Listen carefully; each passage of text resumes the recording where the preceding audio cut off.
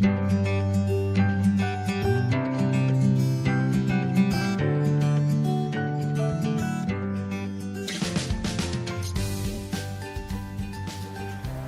a hacer la presentación del libro Historias de un pueblo encantado, un libro de cuentos escrito por José Miguel Alzate Alzate, escritor nacido en Aranzazu, con una vida intelectual bastante rica.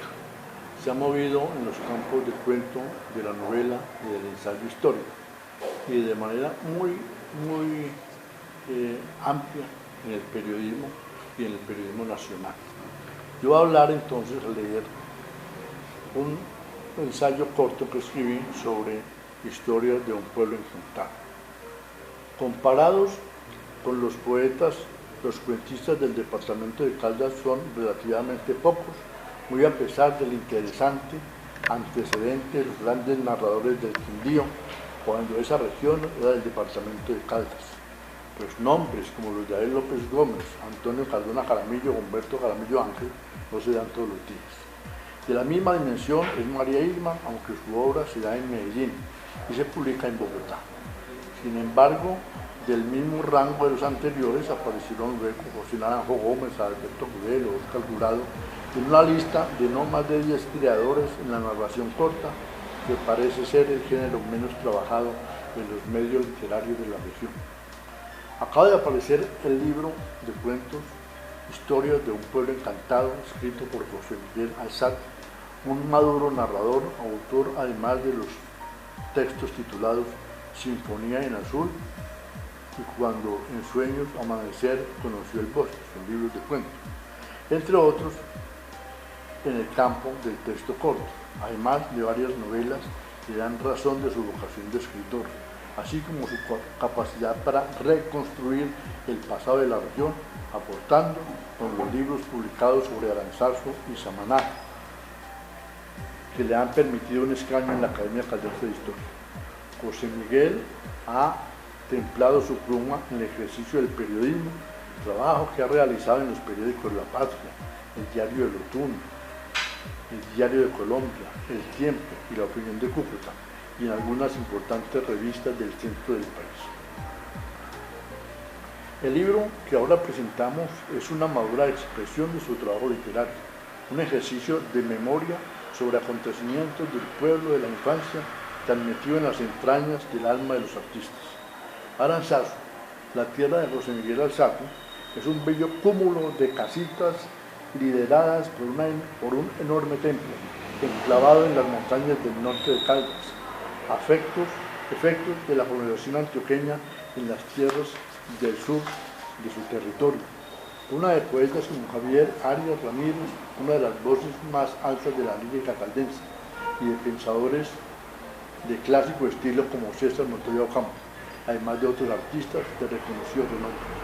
En este paisaje transcurrió la infancia y la primera juventud de José Miguel, y de esa cantera extrajo, unas veces dramáticamente y otras llenas de poesía, las historias narradas en este libro, que recogen la suma de expresiones literarias aportantes al enriquecimiento y altura de la literatura caldense. José Miguel Alzate es además un lector consumado y un conocedor como ninguno de la obra literaria de dos grandes narradores colombianos, Gabriel García Márquez y Fernando Soto Aparicio. Sobre este último narrador boyacense, Alzate ha descubrido con amplitud y profundidad, y su amistad con el escritor de tantas y tan interesantes historias de tipo social fortaleció su visión sobre la novelística colombiana de la mitad del siglo XX hacia acá, que retrata la evolución de un país diverso y disperso como el nuestro. Bien puede decirse que José Miguel Alzate es uno de los estudiosos más serios sobre la vida y la obra de Fernando Soto Aparicio, el autor de La Rebelión de las Ratas, por mencionar la obra más leída de esta cumbre de la literatura nacional. Sobre la obra en general del Premio Nobel de Literatura Gabriel García Márquez, el trabajo de José Miguel Alzate es muy amplio, detallado en la interpretación del creador de Macondo. Por eso, Alzate es invitado a los grandes centros culturales de nuestra costa atlántica para disertar sobre 100 años de soledad y sobre la cuentística garciamarquiana. puede considerar que José Miguel es uno de los colombianos más conocedores de la obra de nuestro premio Nobel. Lo confirma el alto número de exposiciones que sobre el tema desarrolla en las ferias nacionales del libro. El ejercicio del lector, practicado por este escritor caldense, amplio conocedor de la literatura regional y fortalecido con su estudiosa aplicación a la obra de García Márquez y Fernando Soto Aparicio, lo han hecho además un buen escritor en los campos de su trasegar, el de narrador, el de historiador y el de periodista. Por eso este libro que presentamos, Historias de un pueblo encantado, es una muestra de la maestría a la que ha llegado José Miguel Alzate en su discurrir por las sendas de la literatura, teniendo como cartera los sucesos elementales y extraordinarios acaecidos en su pueblo abrazazo. Muchas gracias. Quiero saludar muy cordialmente a las personas que en este momento están viendo a través de las redes sociales la presentación que hacemos aquí en la biblioteca de Supía Caldas de mi último libro publicado, Historias de un pueblo encantado. Agradezco a la Biblioteca María Isman del municipio por haberme invitado a que hiciera la presentación de este libro en estos tiempos de pandemia, y al escritor Jorge Eliezer Zapata Bonilla por haber hecho la presentación de esta obra. Él, con su sapiencia, con su trayectoria literaria, supo interpretar lo que yo quería decir en este libro. Para esta presentación he escogido un cuento de los 13 que contiene el libro. Se llama Historia de un niño triste. Y quiero leer este cuento que está dedicado a un amigo muy especial, Antonio Gómez Castaño, porque es la historia de un niño que no tiene nada, que sufre porque el niño Dios no le trae regalos en diciembre, que lo humillan los que tienen alguna cosa, que tiene que vivir la angustia de que su padre sea asesinado por un grupo guerrillero y que su madre trabaja en una casa de familia para poder llevarles el sustento diario. Este cuento es la realidad del país, la realidad social que nosotros vivimos todos los días, las desigualdades, el que tiene, el que no tiene, el que lo tiene todo, el que no tiene nada. Por eso he querido leer este cuento, sobre todo para que ustedes cojan conciencia de lo que es la realidad social del país. Empiezo pues la lectura de este cuento agradeciendo a ustedes la atención prestada. Sé que por ahí dicen que soy un niño triste, y hasta tienen razón.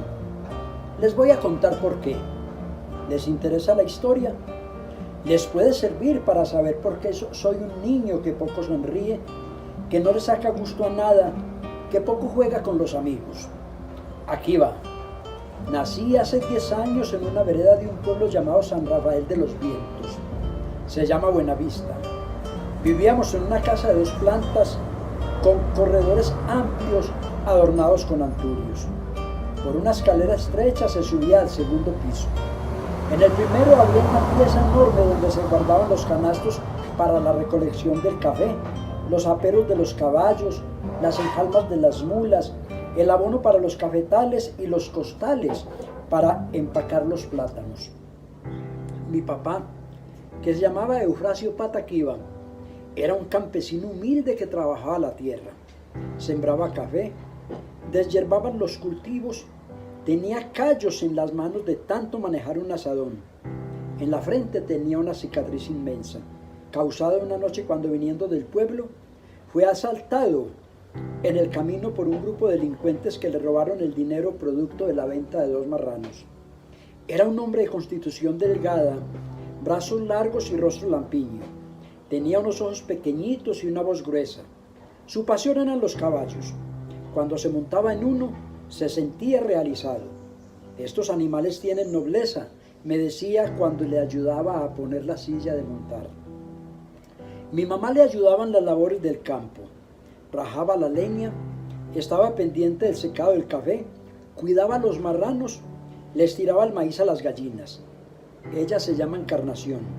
Es una mujer resignada, con principios cristianos, devota de la Virgen del Carmen. A ella recurre cuando en la casa se presenta una necesidad. 3 veces al año le reza la novena. Mantiene su imagen en la cocina sobre una repisa iluminada siempre con una vela. En la noche, antes de acostarse, nos hace rezarle el rosario. Toma una camándula que cuelga siempre en la pared en una puntilla y echándose la bendición empieza las oraciones. Hay que tener fe, dice cuando termina el Santo Rosario. Ella nos infundió la fe en Dios y nos acostumbró a invocar su nombre en todo momento, en los peligros, en las alegrías y en las dificultades. Ella nació, nos dijo un día, en la casa de arriba de la finca, la que está rodeada por una platanera. Cuando salía a recorrer los sembrados, mi papá se amarraba un machete en la cintura.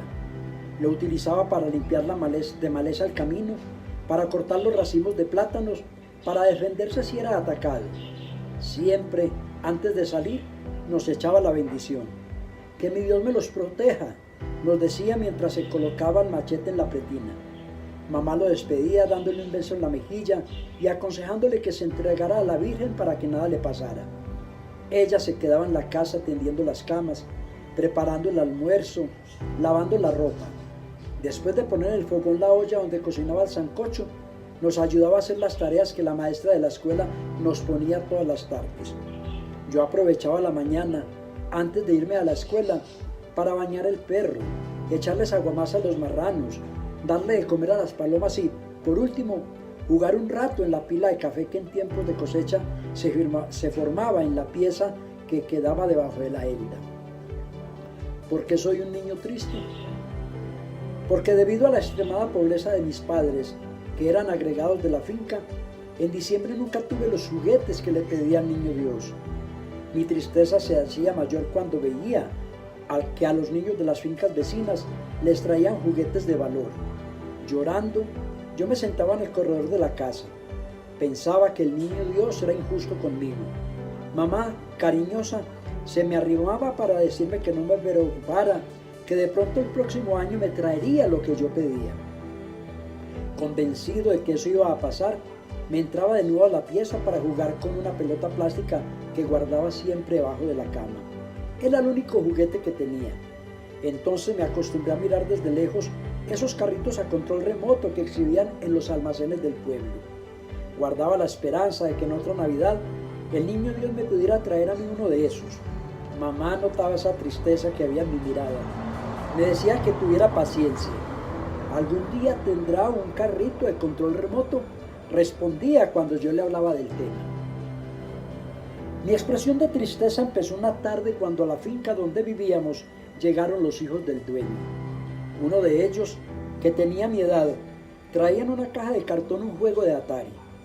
Cuando lo sacó de la caja me invitó a que jugáramos. Yo no sabía qué era un Atari. Le pregunté que cómo se jugaba y me contestó que había que conectarlo a un televisor. Cuando en mi casa no había un aparato de esos, no pudimos jugar. Entonces me dijo, como burlándose de nuestra pobreza, ¿cómo es posible que no tengan un televisor? Yo me quedé callado. Minutos después me puse a llorar. Me parecía una humillación lo que me dijo. Salí llorando al corredor. Mamá venía en ese momento de la cocina con una taza en la mano. Al verme así, con lágrimas en los ojos, me preguntó qué me había pasado. Cuando le conté lo sucedido, me dijo que no me preocupara porque las diferencias sociales siempre han existido. A nadie le he hablado sobre esta tristeza que me embarga. Aunque los compañeros en la escuela a veces me ven sonreír, ellos ignoran este dolor que llevo escondido en el alma. Cuando me invitan a jugar en las horas del recreo, aparento estar contento y celebro los chistes de otros alumnos. Pero cuando regreso al salón y compruebo que no existe justicia social, me llena un sentimiento de rabia. Una tarde, después de la clase de educación física, el profesor se dio cuenta de que yo estaba triste. Se me acercó y poniéndome la mano en la cabeza me preguntó qué me pasaba. Le dije que nada, pero siguió insistiendo. Entonces tuve que decirle que estaba triste porque esa mañana en la casa no había con qué hacer el desayuno. Entonces me regaló con qué tomarme una gaseosa con un pan. Yo se lo agradecí. ¿Quieren que les diga por qué soy un niño triste? Soy un niño triste porque mi familia fue víctima de esta violencia que vive Colombia. Una tarde llegaron a la finca, preguntando por el dueño, como 50 hombres armados con fusiles. Preguntando, eran guerrilleros, querían secuestrarlo. Como mi papá no quiso decirles quién era, le dieron plazo de 3 días para que abandonara la vereda. A los 3 días, cumpliendo lo anunciado, los mismos hombres regresaron a la casa. Cuando los llamaron, mi papá no quiso salir. Entonces violentaron la puerta y, a la fuerza, lo sacaron al patio. Después de golpearlo, lo mataron. Una muchacha joven, que revelaba unos 15 años, fue la encargada de fusilarlo. A mí me tocó ver la forma como la asesinaron. 3 disparos en la cabeza. No valieron nuestras súplicas. Su cuerpo quedó tendido en el piso, sangrando. A nosotros nos dijeron que teníamos que irnos. Después del entierro, mamá arregló las cosas para venirnos a vivir al pueblo. Para sobrevivir, mamá tuvo que dedicarse a lavar ropa ajena. Sale del rancho por la mañana, después de darnos una guapanela con pan, y regresa en la tarde, cuando termina el trabajo en alguna casa del pueblo. Con lo poco que gana, apenas alcanza para comprar una libra de arroz y 4 huevos. Con eso nos prepara la comida. Mi hermana alegaba porque siempre comíamos lo mismo, arroz con huevo. Nunca probábamos carne. De vez en cuando, un plato con frijoles. Mamá le decía que tuviera paciencia, pero ella no la escuchaba. Por eso una mañana decidió irse de la casa. Cuando mamá le preguntó para dónde se iba, le contestó: a rebuscarme la vida para salir de esta pobreza. Se fue a trabajar a la capital como copera en un café. A mi hermano menor, unos hombres vestidos de camuflado se lo llevaron una tarde en que estaba recogiendo cáscaras en el pueblo. Después supimos que eran guerrilleros. ¿No son motivos para ser un niño triste? Todavía no les he dicho cómo me llamo. ¿Quieren saberlo? Se los voy a decir. Mi nombre es Clodomiro. Un nombre extraño, ¿verdad? No sé por qué me lo pusieron. Clodomiro puede tener varias interpretaciones. Cuando pienso en mi actitud frente a la vida, en mi forma de ser, en la situación de pobreza en que vivo, comprendo que tengo un nombre apropiado. Clodomiro es como decir todo lo miro. Así soy yo, todo lo miro. Miro las casas bonitas del pueblo, los carros lujosos que de vez en cuando llegan a San Rafael de los Vientos, la ropa elegante que visten algunas mujeres y las bicicletas con las que se entretienen los hijos de los ricos. Todo lo miro porque yo nada tengo de eso. Vivimos en una casa humilde en las afueras del pueblo. Cuando llueve, y eso en San Rafael de los Vientos es frecuente, el agua penetra por el techo y todo se nos moja. Soy un niño triste porque de mis hermanos nada volví a saber. Anacleta, mi hermana mayor, la que se fue para la capital a trabajar como copera en un bar, nunca volvió a visitarnos. Parece que se olvidó de nosotros. Ni siquiera en las Navidades se hace sentir. Mamá dice que tal vez cogió por mal camino. Mientras estuvo en la casa, yo le enseñé el sendero correcto. Repite cuando yo le pregunto por qué Anacleta, que era tan especial conmigo, no ha vuelto. De mi hermano menor, Cleodobaldo, tampoco hemos vuelto a saber nada.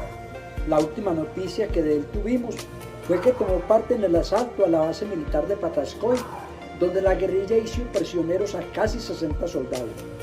Lo supimos porque vimos la noticia en el televisor en blanco y negro que la patrona de mamá le regaló por esos días, porque ella compró un televisor gigante a color de control remoto y ese ya no le servía. Este pantalón remendado, descolorido por el uso, que ahora tengo puesto, me lo regaló una señora elegante que una tarde vino al barrio entregando ropa vieja a las familias necesitadas. Mamá, que acababa de llegar de una de las casas donde arregla la ropa, se puso contenta.